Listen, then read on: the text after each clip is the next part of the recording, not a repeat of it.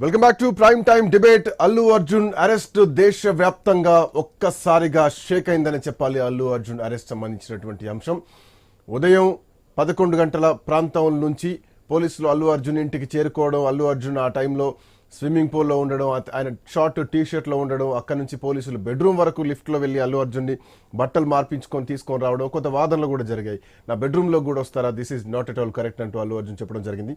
ఆ తర్వాత ఒక హై డ్రామా జరిగింది, ఒక హంగామా క్రియేట్ అయింది.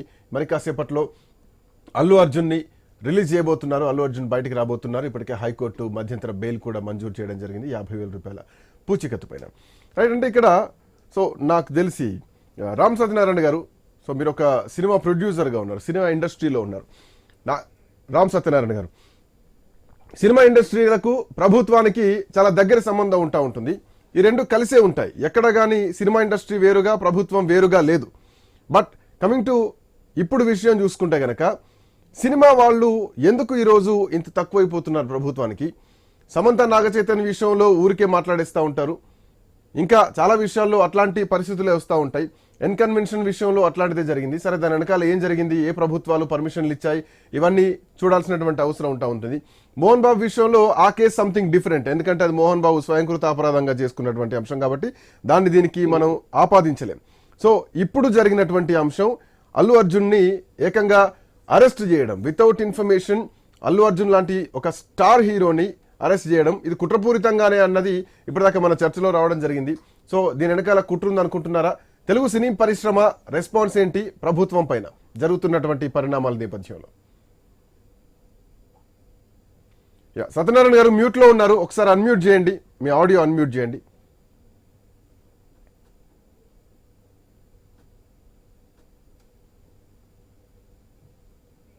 Satyanarayana, please continue. ఇప్పుడండి న్యాయంగా ఇప్పుడు లాయర్ గారు ఇందాక చెప్పిన పాయింట్లు అన్ని నేను దాని జోలికి వెళ్ళట్లేదు, నాకు తెలియదండి. అసలు ఇంకా రాజకీయ విశ్లేషణ అవసరం లేదు నాకు. నేనైతే ఒక సినిమా వాడిగా ఒకటే చెప్తున్నాను సార్, ఇది చాలా అన్యాయమైన అరెస్ట్ అండి. ఇది ఎవరికైనా ఎంత మర్డర్ చేసిన వాడికైనా నోటీస్ ఇచ్చో, ముందు వారెంట్ ఇచ్చో, తర్వాత తీసుకొచ్చి వేస్తారు. అతను అందుబాటులో లేకపోతే, దొరకకపోతే సెర్చ్ వారెంట్ ఇస్తారు, లేదా ఇంకోటి చేస్తారు.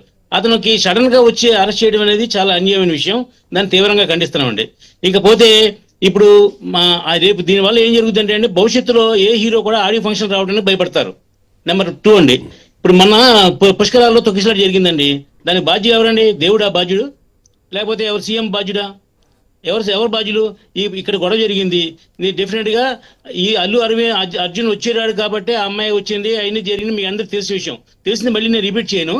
కానీ ఒక బెనిఫిట్ షో అనేది 1000 రూపాయలు 800 రూపాయలు టికెట్ అమ్మిన షో అండి. ఆ షోకి ఫ్యామిలీస్ రావడం, లేడీస్ రావడం, చిన్నపిల్లలు రావడం చాలా తప్పు. అది కేవలం ఓన్లీ ఫ్యాన్స్ కోసం వేసే షో అండి. అది ఫ్యాన్సే ఎందాక సార్ చెప్పినట్టుగా ఫ్యాన్స్ కి ఏంటంటే పిచ్చెక్కుంటారు కాబట్టి వాళ్ళు చూద్దాం, ఫస్ట్ చూద్దామని వచ్చారు వాళ్ళు. అలాంటి టైంలో లేడీస్ రావడం, పిల్లలు కూడా ఫ్యాన్స్ ఉంటారు. బట్ ఇంత క్రౌడ్ లో రావాల్సినటువంటి అవసరం లేదు నన్ను అడిగితే. ఇది ఒకరోజు షో కాదు కదా సార్, 100 రోజులు 50 రోజులు ఆడుతుంది కదా.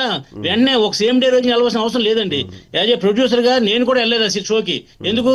మనం ఫ్రెష్ గా బాగుంది షో చూద్దామని. అలాంటి టైంలో పిల్లల్ని తీసుకురావడం వాళ్ళ తప్పు. సరే, తప్పు ఒప్పు జరిగింది, ఆ పనిష్మెంట్ వాళ్ళకి జరిగింది.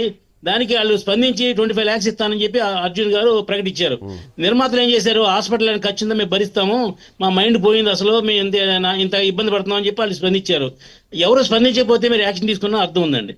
మూడోది ఏంటంటే, ఇప్పుడు అసలు అల్లు అర్జున్ ఎలా బాధ్యత అవుతారండి? వాళ్ళు బౌన్సర్స్ తొక్కిసారా, లేదా వచ్చిన ప్రేక్షకులు తొక్కారా? ప్రేక్షకులు తొక్కారు. అక్కడ తొక్కిసలాట జరిగింది ఎవరండి? ప్రేక్షకులు. మొత్తం థియేటర్కి వచ్చిన ప్రేక్షకులు అందరిని అరెస్ట్ చేయాలి. అప్పుడు చేస్తే అప్పుడు అల్లు అర్జున్ కూడా అరెస్ట్ చేయొచ్చండి. ఏ విధమైన ఇది లేకుండా మీరు లా ఉంది కదా అని ఉద్దేశంతో, లేకపోతే మీరు ప్రాపర్ ఛానల్ వెళ్ళారు, అది నా లాజిక్లోకి వెళ్ళలేను. 100% హీరోని అరెస్ట్ చేయడం తప్పండి. దానికి బాధ్యులు ఎవరో? హీరోయినా? నిర్మాతలు కాదా? థియేటర్ యాజమాన్యం కాదా? మీ పర్మిషన్ ఇచ్చే పోలీస్ డిపార్ట్మెంట్ కాదా?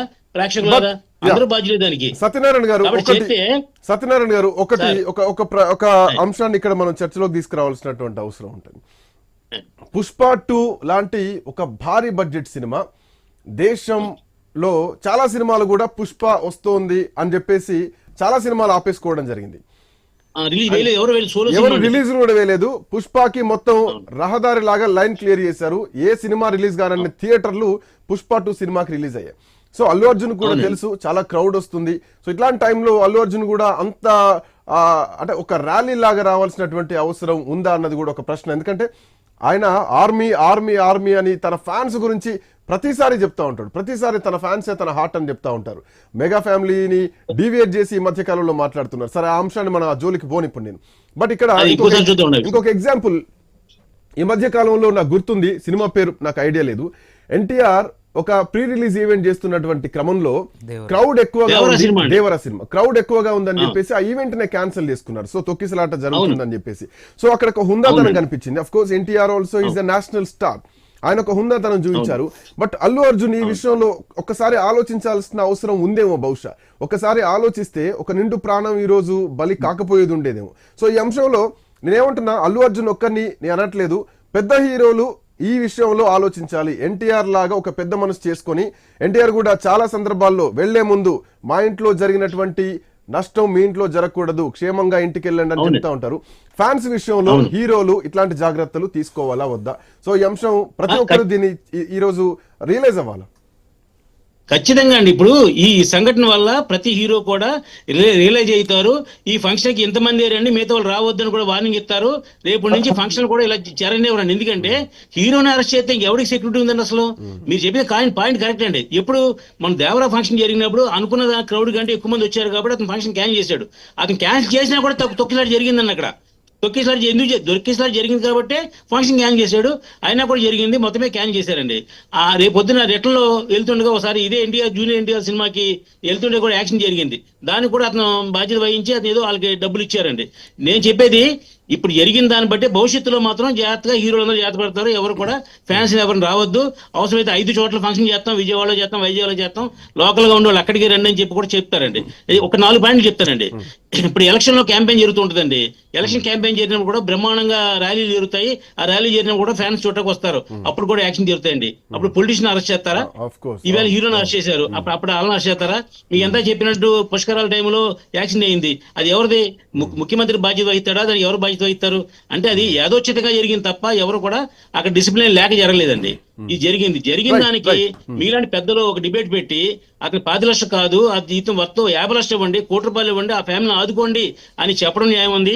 పోలీసులు కూడా కౌన్సిలింగ్ ఇచ్చి ఏమంటే మీరు ఇలా చేతులు దురుపుంటే అంటే పోయిన ప్రాణం ఇలా తేలేం కాబట్టి భవిష్యత్తులో ఇలా జరగకుండా కోసం అతనికి ఇప్పించి కుటుంబాన్ని కాపాడాల్సిన ఉదయం కూడా ఇందాక సత్యనారాయణ గారు మీరు మంచి అంశం అన్నారు. 25 లక్షలు కాదు ఒక ప్రాణం ఖరీదు. ఆయన రెమ్యూనరేషన్ మొత్తం ఇచ్చినా తప్పులేదు, సినిమా వచ్చిన లాభం అంతా ఇచ్చినా కూడా తప్పులేదు. ఈ విషయం ఈ రోజు మార్నింగ్ నుంచి కూడా లేవనెత్తడం జరిగింది. బిఫోర్ దట్ రవికుమార్ గారు మీలాంటి డిస్కస్ చేయాలి నా point. Welcome back to Ravikumar గారు. అందరూ కూడా ఆ విషయం డిస్కస్ చేయాలండి. ఎందుకంటే డెఫినెట్ గా పోయిన ప్రాణం మనం తేలేము. అది ఎవరి వల్ల జరిగింది, పొరపాటు జరిగింది. అక్కడ కూడా అతను నాకు బాధ్యత లేదు, నాకేం సంబంధం అని అతను అనలేదు కదా. హీరో అతను 10 లక్షలు అనౌన్స్ చేశాడు. కాదండి ఇలా కాదు, ఇంకొంత ఇవ్వండి అని మీలాంటి పెద్దలు చెప్పడం జరుగుద్ది. రెండోది ఏంటంటే ఎందాక రాజకీయంగా ఏదో అన్నారు కదా, అంటే మళ్ళీ అయ్యే సేమ్ రిపీట్ చేస్తే టైం వేస్ట్ అవుతుందండి. తెలిసి సత్యనారాయణ గారు మీ దగ్గరకు వస్తాను నేను. రవికుమార్ గారు